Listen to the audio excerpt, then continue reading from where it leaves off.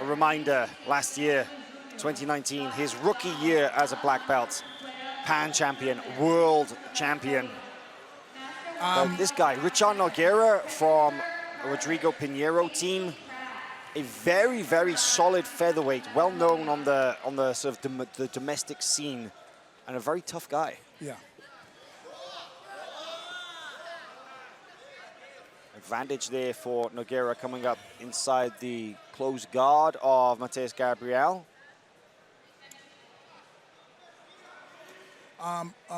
Being rankings, of course, based on points and points based on your performance in many of the tournaments.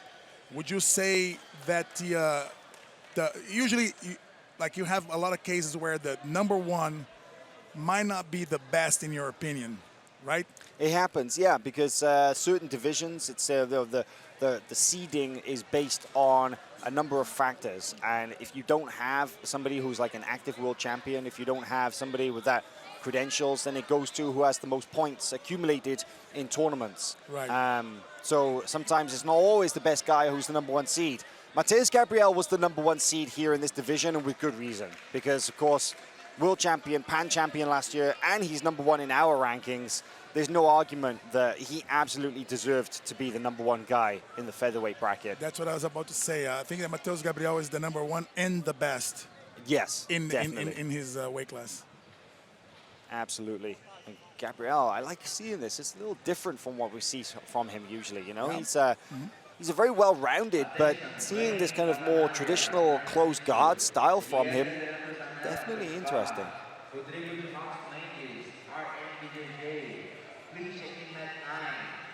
You see Richar Nogueira very aware of the threat, the danger of leaving his arms open like that. So now stands to try and open the close guard. And there's an argument now that this is pretty much the only effective way to open the close guard.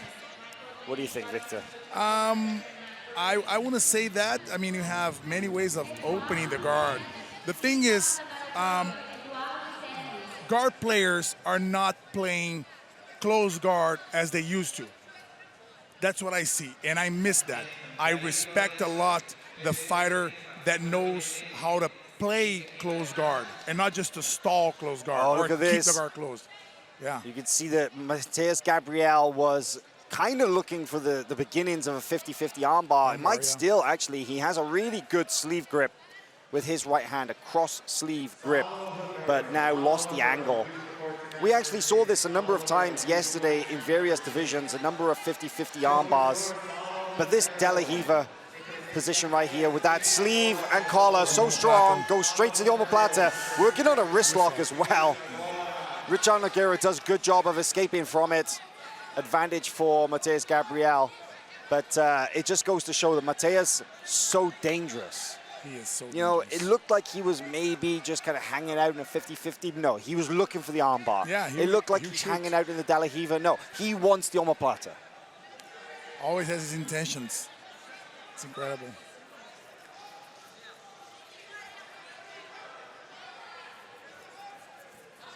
Yeah, we love watching these guys compete because, for me, the featherweights, it's that combination, isn't it? That they are incredibly technical, but they're also incredibly fast. They're getting stronger as well, I feel. The featherweights of the modern era are physically maybe a little stronger than they were back in the day. Correct. And you combine all those things together, and that makes for some good jiu-jitsu. Right. Well, I think that this trend was, I would say, initiated by Bruno Malfacini. I would say that. I don't recall any rooster light feather that was so physical and so strong that, like, compared to Bruno. Right. And I think that Bruno initiated that trend, and now everybody's working to be the strongest, the fastest, you know. Rather than just rely on the technique. Exactly. Yeah. It's not just the leg, the whole guard playing thing, but actual strength. Right. That changes the game. People really does. Oh, but because when technique is equal, they're able to. The stronger guy is able to win.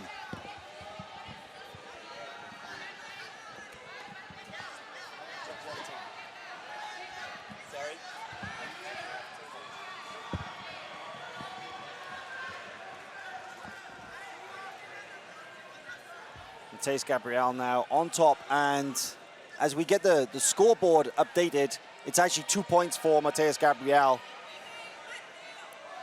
So about halfway into the match so far. Composed performance so far. We haven't really seen Matheus open up, you know, go after the kill like we do from him sometimes, you know. He's playing it a little cooler. Taking his time, patient in this match. Yeah, he's in a mission. He wants to win. That he doesn't want to probably spend any unnecessary energy.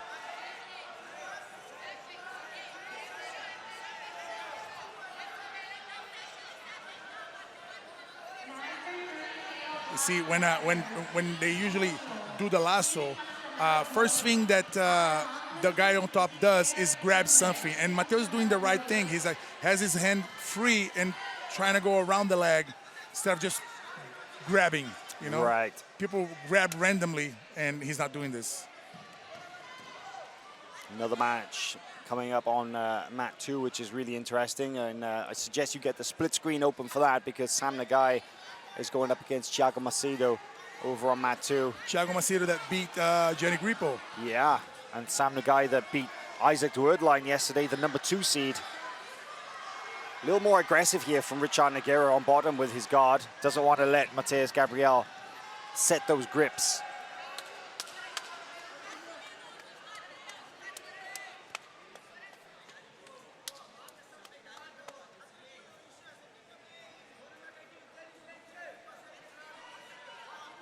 Got the one near side pant grip. Trying to go around the side. Nice switch of direction there. Yeah, very deceiving. Yeah, it looks like he was going one way, but immediately changes it to the other.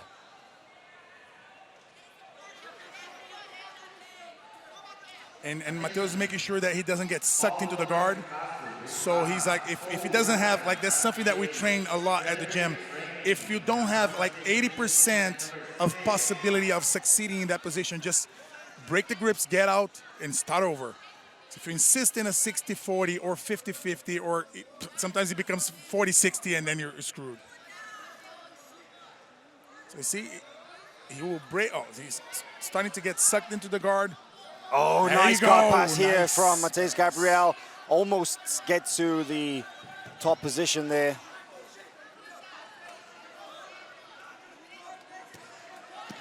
Richar Nogueira, you can see he's kind of a little fired up now. He wants Matheus to engage.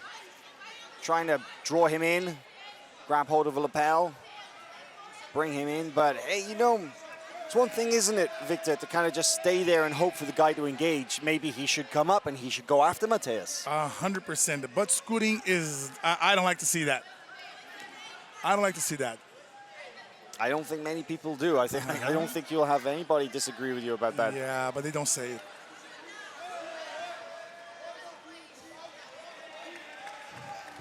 Matheus in a pretty solid knee cut position, but that lasso over the top, definitely something that needs to be addressed. And the lapel is free as well, so that could impede his forward progress. About 2 minutes remaining. 2-0 on the board for Matheus Gabriel.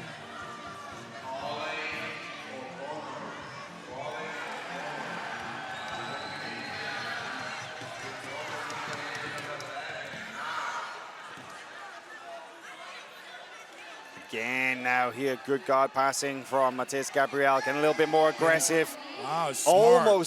Almost gets to the top, but good framing from Richar Nogueira on bottom. And on the right spot, right on the hip. You can't put the pressure and establish the position. What we just saw is leverage, is jiu-jitsu at its best. It's what Grandmaster Helio Gracie taught like 80 years ago in action right here in 2020. That's what, when I say the evolution is actually a growth of the sport, because techniques like this one to avoid the pass 80 years ago was taught and still works to this day. Absolutely. The fundamentals remain the same. Some refinements and some small developments over the years, but definitely the principles never change. Flying guard interception there from Richar Nogueira, but Matheus Gabriel had already initiated the guard pull, but now coming high. Gabriel, he had good success from bottom in drawing Richar Nogueira into bad positions, and now we see him aggressively attacking from bottom once again with his De La Riva guard. Nice. That positioning of Matheus Gabriel is incredible. Deep berimbolo. Wow. Coming up on top now into the 50-50. That's going to score him 2. 30 seconds approximately remaining in this match. 4-0 for Matheus Gabriel.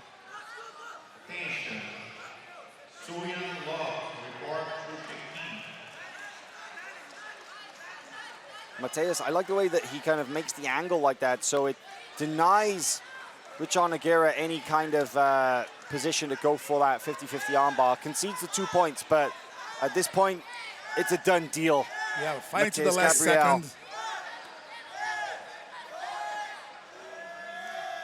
So now Matheus Gabriel wins the semi-final match against Richar Nogueira and will go through into the final, which could potentially be his teammate. He could potentially close out with Sam Nagai, who is currently in action over on mat 2. That would be incredible if we were to see Sam Nagai, the first year black belt, make it through into the finals and close out with his teammate. Well, let's see, but it's all even on Nagai versus Macedo. Let's take the action over to mat 2.